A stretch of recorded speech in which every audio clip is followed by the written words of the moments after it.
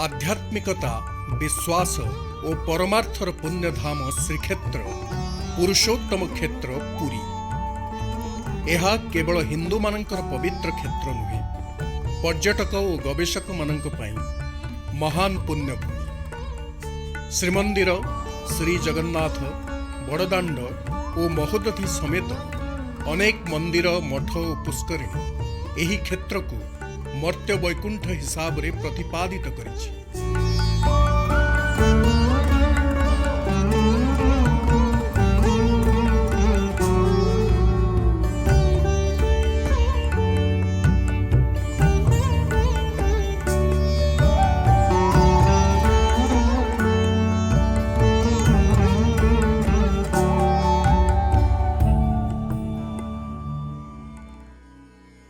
श्रीक्षेत्र पुरी रे अवस्थित गोवर्धन मठ जगद्गुरु आदिशंकर द्वारा प्रतिष्ठित चतुर्धाम भारतीय सनातन धर्म परंपरार पवित्र तीर्थस्थली। उत्तर रे बद्रीनाथ को केन्द्र करी ज्योतिर्मठ, दक्षिण रे रामेश्वर को आधार करी श्रृंगेरी मठ, पश्चिम रे द्वारकानाथ को मूल करी द्वारका मठ और पूर्व रे महोदधि कूल रे रहिछि एही गोवर्धन मठ बा गोवर्धन पीठ। ऋग्वेदीय महाकाव्य प्रज्ञानं ब्रह्म को आधार करी आदिशंकर प्रथम शिष्य आचार्य पद्मपाद यार प्रथम अधिकारी भाव में प्रतिष्ठा लाभ करथिले। परवर्ती समय रे क्रमान्वये 144 जन शंकराचार्य परे वर्तमान स्वामी निश्चलानंद सरस्वती 145तम शंकराचार्य भाव में अधिष्ठित।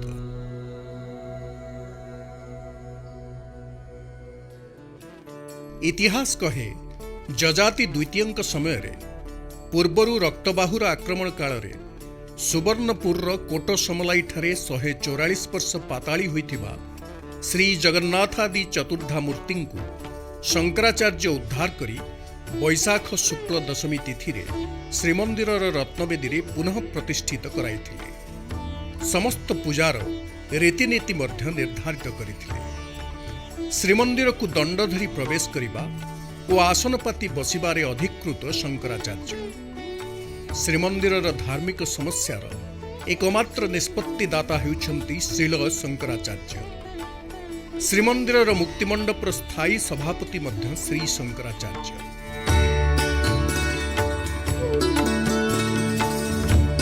रथयात्रा समय रे चतुर्धा मूर्ति पहंडी परे रथ उपरे बसिथिबा बेले प्रथम दर्शन और प्रणाम ज्ञापन करती जगद्गुरु श्री शंकराचार्य।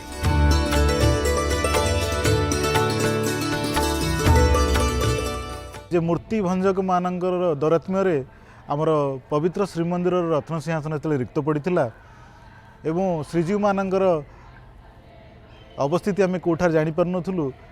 भगवान आदि शंकराचार्य जोग बल जोग विद्या बल ब्रह्म विद्या बल पुनर्बार ब्रह्म को सोनपुर आनी एठार स्थापित करथिले एवं सही वैशाख शुक्ल दशमी तिथि रे परम पूज्यपाद पद्मपाद आचार्य एठारे अभिषिक्त करथिले प्रथम आचार्य भाव में प्रथम शंकराचार्य भाव में गोवर्धन मठर एवं श्री जगन्नाथ महाप्रभु को रत्न सिंहासन में प्रतिष्ठा करथिले। तेणु ये महात्म्य यही पीठर अच्छी। ए पीठर गारिमा 145तम शंकराचार्य स्वामी निश्चलानंद सरस्वती महाराज अत्यंत भाव में वृद्धि करिसेंती एवं निजर लेखनी द्वारा निजर बाणी द्वारा सारा विश्व में चमत्कृति आनिछंती एवं सनातन मानबिंदु मानकर रक्षार निजको अहरह से नियोजित करिछंती। आगंतुक भक्त यात्री मानक सुव्यवस्थित रहणी विभिन्न आध्यात्मिक और सामाजिक कार्यक्रम सहित मठर परिचालना निमंते अभिज्ञ कर्मचारी मानक द्वारा परिचालित एही मठ कार्यालय।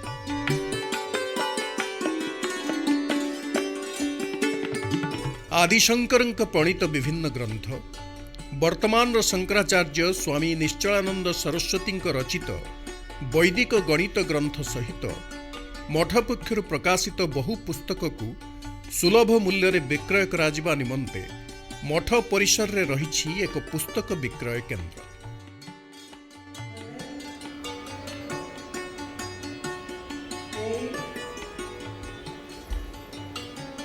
मठर अंतेवासी तथा वेदपाठी मानंकु प्रतिदिन योग और सुस्थ शरीर चर्या संपर्क में प्रशिक्षण देवा निमंते रही एक निःशुल्क योग शिक्षा केंद्र। अभिज्ञ योगविद द्वारा बहुविध आसन मुद्रा तथा शारीरिक व्यायाम उपयुक्त प्रशिक्षण एठारे प्रतिदिन दिया जाइथाए।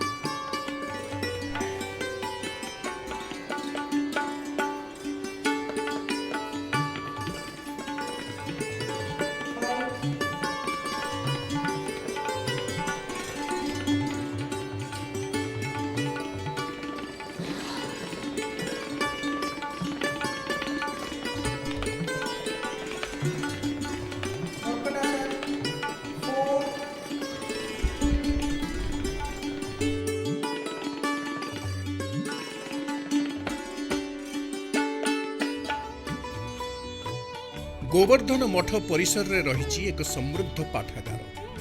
प्राचीन शास्त्रादीर प्रकाशित पुस्तक, चारि वेद, समस्त संहिता, आरण्यक, ब्राह्मण, उपनिषद, पुराण और अन्यान्य वैदिक साहित्यर उपादेय ग्रंथ मान एठारे अंतेवासी पठन पाई सुरक्षित और संरक्षित होई रहिछि।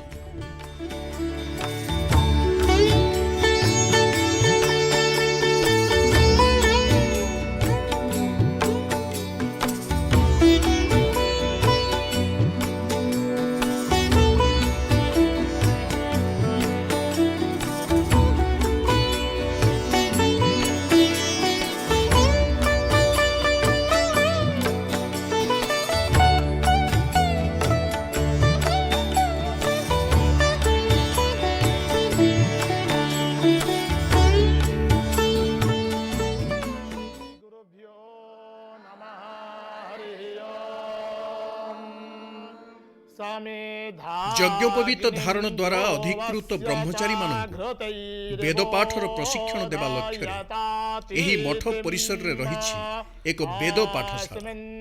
एठारे दक्ष प्रशिक्षकों द्वारा प्रत्यह मठर शिक्षार्थी मानकु वेदपाठर शुद्ध प्रशिक्षण सह नैतिकता शिक्षा प्रदान करा जाइथाय।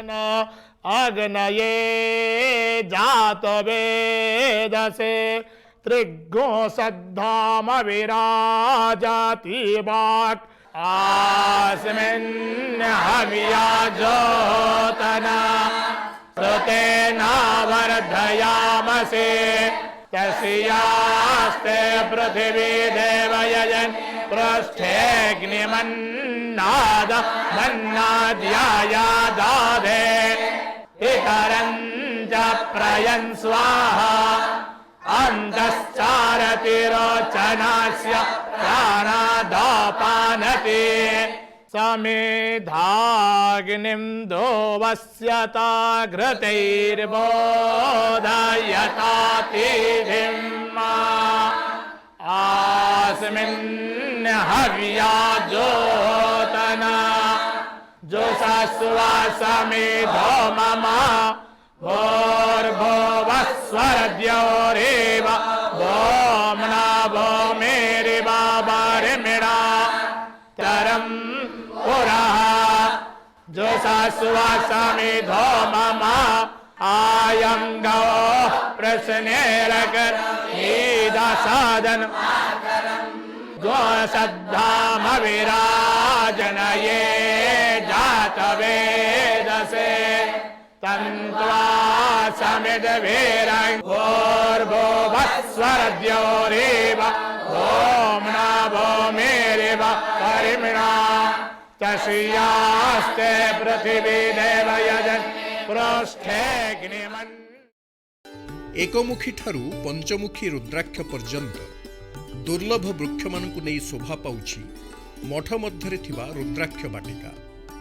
प्रतिदिन एही बाटिकार रक्षणाबेक्षण और परिचालना मठर कर्मचारी द्वारा सुचारू रूपे संपादित होइथाय।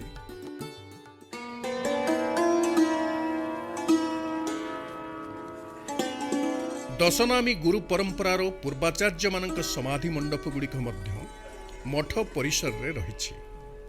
आगंतुक भक्त और मठर अंतेवासी माने एठारे प्रणाम पूर्वक पूर्वाचार्य मानक स्मृति रे पुष्प और दीप प्रदान करिथांती।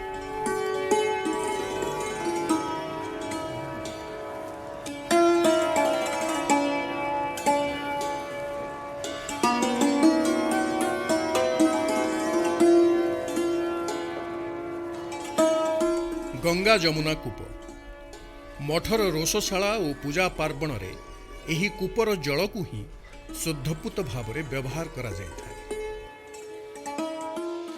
मठर अधिष्ठाता देव श्री गोवर्धन जीव को भोग प्रस्तुति और पूजा पार्वण रे प्रसाद प्रस्तुति सकाशे रहिछि एक रोषशाला।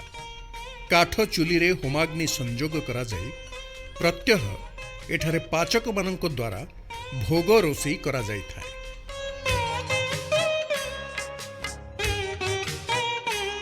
गोवर्धन मठर अधिष्ठातृ देव हेउछन्ति श्री गोवर्धन जीव। प्रतिदिन तांकठारे रोषशाला प्रस्तुत भोग को शुद्धपूत भाव में घंटा बादन सहित निया जाई अर्पण करा जाए और आळती करा जाए।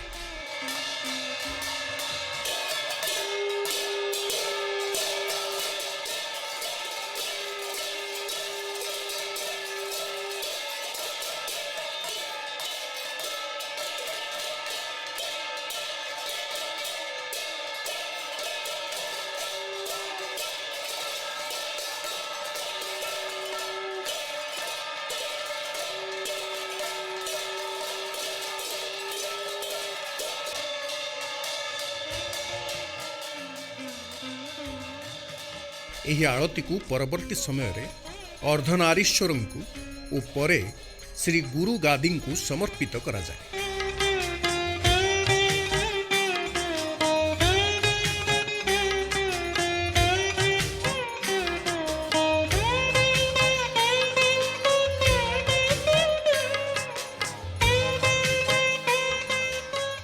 आनंद बजार बा आनंद भवन एठारे श्री गोवर्धन जीव निकटरे समर्पित भोग को पंक्ति भोजन रे बसी समस्त शिष्य अंतेवासी और आगंतुक वेदपाठ और श्रीमद् भगवत गीतार 1500 अध्याय पाठ पूर्वक ग्रहण करिथांती।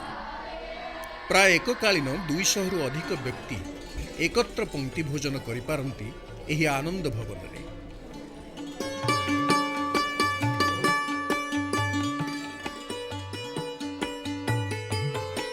मठ परिसर रे रहिछि एक भव्य सत्संग भवन। एठारे विभिन्न समय रे नाम संकीर्तन सत्संग प्रवचन प्रभृति मठ पक्षरु आयोजित हुए। विशेषतः चातुर्मास्य समय रे मठाधीश जगतगुरु स्वामी निश्चलानंद सरस्वती वेद गीता पुराणादि संबंध रे एठारे दिव्य प्रवचन प्रदान करिथांती।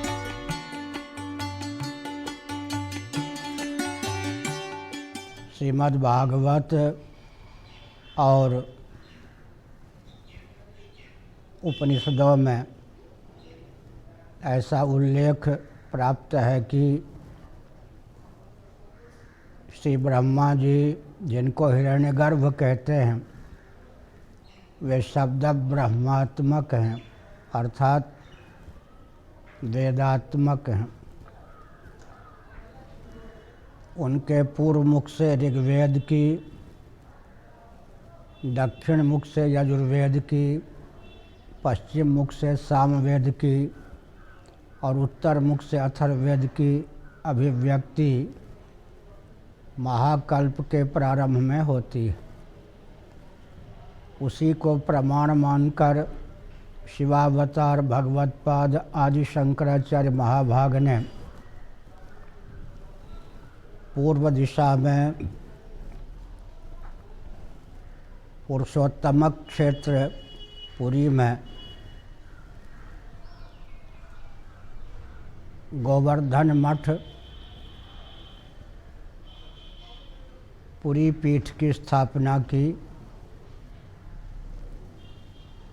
और अपने प्रथम शिष्य श्री पद्मपादाचार्य महाभाग को यहाँ का प्रथम जगत गुरु शंकराचार्य के पद पर विधिवत उन्होंने प्रतिष्ठित और अभिषिक्त किया। गोवर्धन मठ द्वारा एक गोशाला मध्य परिचालित होउछि। एथिरे 50 रु अधिक गिर और अन्य देशी प्रजातिर गायींक सहित 3 गोटी देशी षंढ मध्य रहिछन्ति। सुस्थ स्वच्छ परिवेश रे गोरु मानक रखाजिबा सहित पर्याप्त परिमाण रे गोखाद्य सेमानकु दिया जाय थाए। एथिपाई एही गोशाला परिसर रे रहिछि एक विस्तृत घास चाष क्षेत्र। एठारे उभय बारमासी घास और ऋतुकालीन घास चाष करा जाउछि। उत्पादित घास को यंत्र माध्यम रे खाद्य उपयोगी छोट छोट खंड रे परिणत करा जाई गोरु मानकु दिया जाउछि। नियमित दिन को 2 थर गाई मानकु दुहा जाए और उत्पादित क्षीररु घी, लहुणी, दही सहित गोमूत्र और गोबररु आयुर्वेदीय औषध प्रस्तुत करा जाउछि। एही उन्नत मानर औषध को सुलभ मूल्य रे विक्रय मध्य करा जाउछि।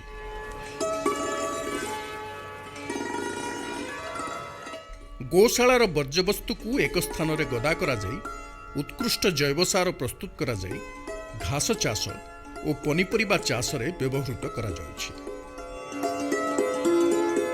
गोरु और गोशालार जत्न नेबा निमंते कर्मठ तथा अभिज्ञ कर्मचारी माने नियुक्त अछंती। सेहीपरि पंचगव्य और अन्य जैविक पदार्थर समन्वय रे मठ पक्षरु प्रस्तुत हेउछि जैव कीटनाशक। पूज्यपाद कहती जे सती नारी ब्राह्मण एवं गोमाता एमानଙ୍କର जदि अवस्थिति न रहिबो आम भितर आम संसार रे ताले आम माने संसार रु अल्प दिन भितर मूलोत्पादन हो जिवो हमर। तेणु भव्य गोशाला गोटे शंकराचार्य गोशाला एठारे आमर प्रतिष्ठा करा जायछि एवं शताधिक गोमातांकर सेवा करा जाउछि। कोनोसी व्यावसायिक कार्य गोमाता मान नियोजक करा जाउनी। एवं द्वितीय कथा जो जनसाधारण बा हिंदू माने गोमाता माननकु विक्रय कर दउछन्ति बुढ़ा बुढ़ी हला परे सेमानकु मध्ये एठारे गोटे प्रशिक्षण कार्यक्रम दिया जाउछि। गोमाता बंची थिला पर्यंत आपण माननकु आर्थिक सहाय्य मध्ये दब तार निजर गोमय गोमूत्र द्वारा ता सहित आपण माने लौकिक एवं पारलौकिक जो उपलब्धि ता द्वारा गोमातार सेवा द्वारा पाइपर ये गोटे प्रशिक्षण कार्यक्रम मध्ये एठारे चालुछि। मठ मध्य कार्य करुछि एक दातव्य चिकित्सालय। एठारे रहिछि चिकित्सक कक्ष, औषध प्रदान कक्ष और जरूरी परीक्षा निमंते प्रयोगशाला बा लैबोरेटरी। प्रति सप्ताह सोमवार ठारू शनिवार प्रत्यह 2 ओली बिना मूल्य रे रोग चिकित्सा सहित निःशुल्क औषध बंटन करा जाए। एठारे एथि निमंते रहिछन्ति अभिज्ञ चिकित्सक और सेविका।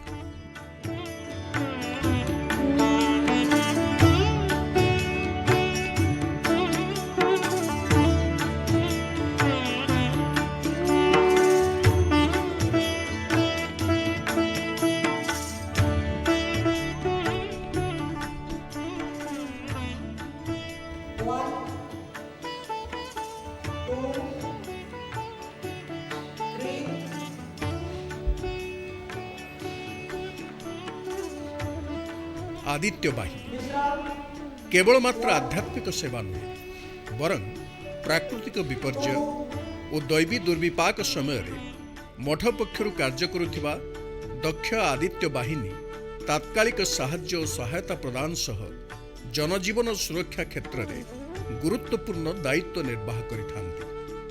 कर्मतत्पर युवक और अभिज्ञ व्यक्तिविशेषों को नहीं गठित यह आदित्य बाहिनी परिवेश सुरक्षा, पारिपार्श्विक स्वच्छता और जन सचेतनता धर्मी कार्यकलाप रे सतत सक्रिय। भगवान का जेहेतु आमको जन्म देइचंती एवं आमर ईश्वर प्रति कर्तव्य अच्छी तेणुक प्रत्येक व्यक्ति आमर विभिन्न तीर्थक्षेत्र एवं मंदिर मानकरे सफाई कार्यक्रम करुछंती।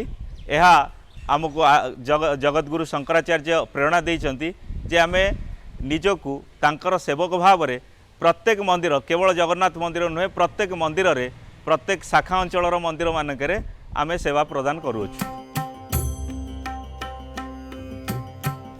श्री विमलांबा मंदिर। सांकर दर्शन रे भैरव होउछंती श्री जगन्नाथ और भैरवी होउछंती मां विमला। एही मां विमलांक अर्चन निमंते मठ परिसर रे रहिछि सुदृश्य कारुकार्य संपन्न श्री विमलांबा मंदिर। एठारे श्री विमलांबांक प्रतिमा प्रतिनित्य पूजित हुअन्ति और एहार सन्निकटरे थिबा सुंदर पुष्करिणी रे श्रद्धालु माने स्नान करी मां विमलांकु दर्शन करिथांती। जय जय मां जय मां जय जय मां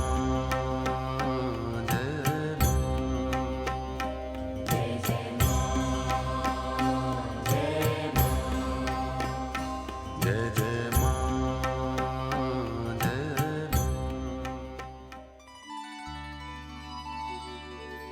एक विस्तृत आध्यात्मिक और ऐतिहासिक परंपरार दायाद 145तम शंकराचार्य स्वामी श्री निश्चलानंद सरस्वती वर्तमान जगद्गुरु और गोवर्धन मठाधीश।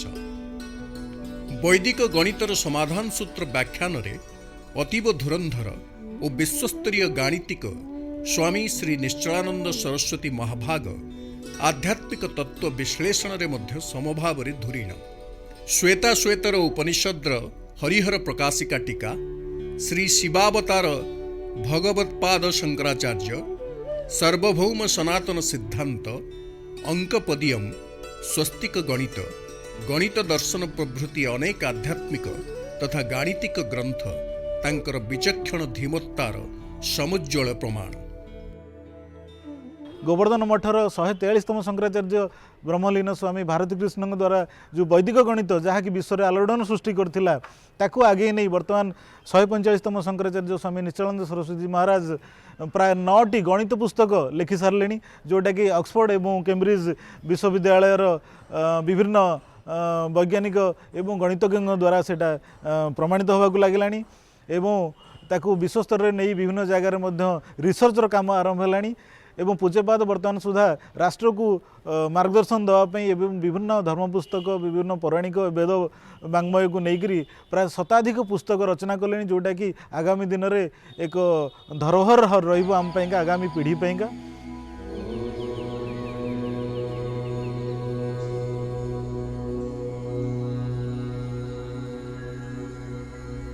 महाप्रभु श्री जगन्नाथंक महाप्रसाद भोग को समस्त भक्त आगंतुक प्राप्त हेबा निमंते एकदा श्रीमंदिर भोग परिमाण को वृद्धि करिथिबा एही मठ को भोगवर्धन मठ बोली मध्य कुहाଯାଏ। केवल मात्र आध्यात्मिक जागरण नुहे बरं परिवेश सुरक्षा सामाजिक सुरक्षा शैक्षिक सचेतनता सांस्कृतिक समुन्नति आध्यात्मिक चेतनार रक्षा तथा तीर्थस्थल सामग्रिक पवित्रता रक्षा क्षेत्र में बहुमुखी अनुष्ठान भाव में श्रृंखलित उत्तरदायित्व को निर्वाह करिबारे एही गोवर्धन मठ सतरे अनन्य।